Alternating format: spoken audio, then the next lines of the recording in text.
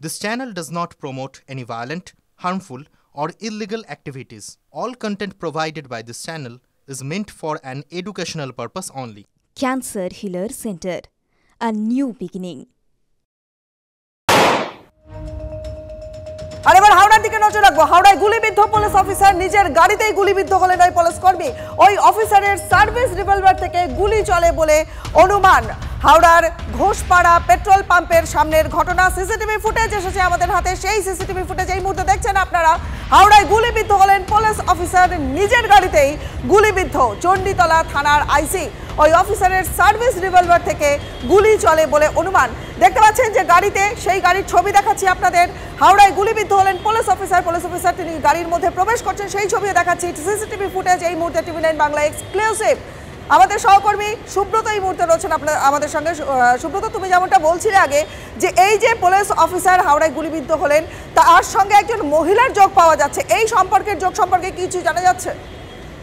এখনো পর্যন্ত পুলিশের সঙ্গে কথা বলে বা পুলিশ সূত্রে যেটুকু জানা যাচ্ছে যে এই মহিলা, এই চণ্ডীতলা থানার ওসি জয়ন্ত পাল, তার কিন্তু ঘনিষ্ঠ, এমনটাই কিন্তু জানা যাচ্ছে।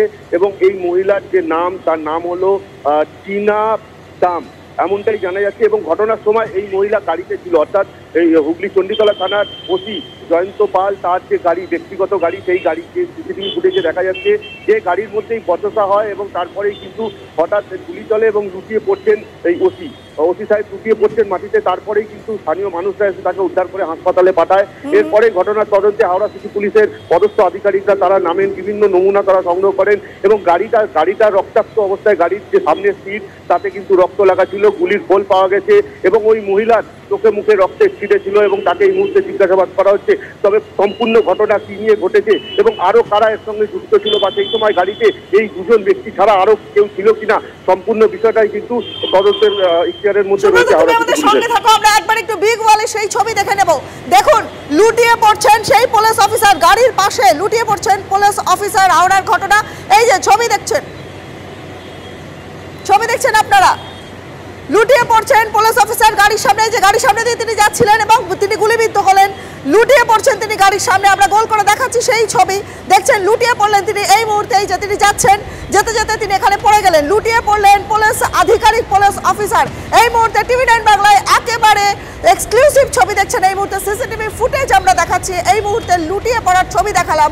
পুলিশ অফিসার, তিনি পুলিশ আধিকারিক, লুটিয়ে পড়ছেন একেবারে গাড়ির সামনে, গুলিবিদ্ধ হলেন তিনি। সেই ছবি TV9 বাংলায় এক্সক্লুসিভ দেখতে পাচ্ছেন। হাওড়ায় গুলিবিদ্ধ হলেন পুলিশ অফিসার, নিজের গাড়িতেই গুলিবিদ্ধ চণ্ডীতলা থানার আইসি।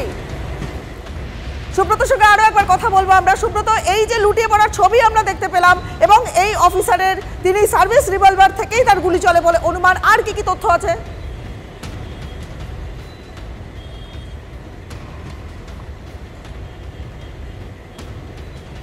সিসিটিভি ফুটেজ এই মুহূর্তে দেখছেন আপনারা। লুটিয়ে পড়লেন পুলিশ অফিসার, হাওড়ায় গুলিবিদ্ধ হলেন পুলিশ অফিসার। সুব্রত, আরো একবার একটু ডিটেলস জানতে চাইবো যে আপডেট কি পাওয়া যাচ্ছে? নিজের গাড়িতেই গুলিবিদ্ধ হলেন চণ্ডীতলা থানার আইসি, সেই সিসিটিভি ফুটেজ দর্শকদের এই মুহূর্তে আমরা দেখাচ্ছি। আর কি আপডেট, আর কি তথ্য জানতে পারছো এই মহিলা সংক্রান্ত, আর কি জানতে পারছো? দেখো রনিবা, এই মুহূর্তে যেটুকু তথ্য পাওয়া গেছে বা সিসিটিভি ফুটেজ পাওয়া গেছে তাতে করে বোঝা যাচ্ছে এবং জানা যাচ্ছে, পুলিশ সূত্রের মারফত খবর পাওয়া যাচ্ছে যে এই যে চণ্ডীতলা থানার ওসি, তার কিন্তু নিজস্ব গাড়ি এবং সেই গাড়িতেই এই ঘটনাটা ঘটেছে। এবং কি নিয়ে এই মহিলার সঙ্গে বচসা, এই মহিলা তার পরিচিত বলেই জানা যাচ্ছে, যেহেতু সেই গাড়িতেই ওই মহিলা ছিল এবং গাড়িতে আরো কেউ ছিল কিনা সেই বিষয়টা এখনো স্পষ্ট না হলেও কিন্তু যেটা জানা যাচ্ছে আরো 2-3 ব্যক্তির উপস্থিতি সেখানে ছিল এবং ঘটনার তদন্ত শুরু করেছে, জিজ্ঞাসাবাদ চলছে। ওই মহিলা, অর্থাৎ টিনু দাম যে মহিলা, তাকে কিন্তু জিজ্ঞাসাবাদ করছে এই মুহূর্তে হাওড়া সিটি পুলিশের পদস্থ আধিকারিকরা। এবং আহত যে ওসি, চণ্ডীতলা থানার ওসি, তাকেও কিন্তু চিকিৎসা চলছে এবং তাকেও জিজ্ঞাসাবাদ চলছে, এমনটাই কিন্তু জানা যাচ্ছে। রনিকা, বেশ, তুমি সঙ্গে থাকো। সেই সিসিটিভি ফুটেজ দর্শকদের আরো একবার দেখানো হচ্ছে। TV9 বাংলা এক্সক্লুসিভ দেখছেন প্রকাশ্যে ঘটনার সময়ের সিসিটিভি ফুটেজ।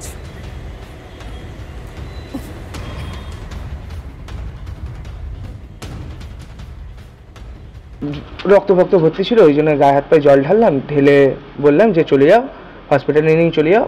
বললো কোথায় নিয়ে যাবো? বললো হাওড়াতে নিয়ে চলে যাও। বলছে হাওড়াতে নিয়ে গেলে কেস হয়ে যাবে, প্রাইভেটে নিয়ে চলে যাবে। একটা মেয়ে ছিল, 3টে ছেলে ছিল। গুলি কার লেগেছিল? যে পুলিশওয়ালা, যে আইডি কার্ড দেখেছিল পুলিশের, তারই লেগেছিল।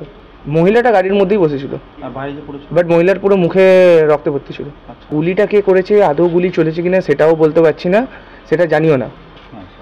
জাস্ট কথায় কথায় এসেছে যে গুলি চলেছে। উনি বললেন আমি পুলিশে আছি, ম্যাটারটাকে বেশি বড় করো না, ছেড়ে দাও, তোমরা চলে যাও, আমরা বুঝে নিচ্ছি।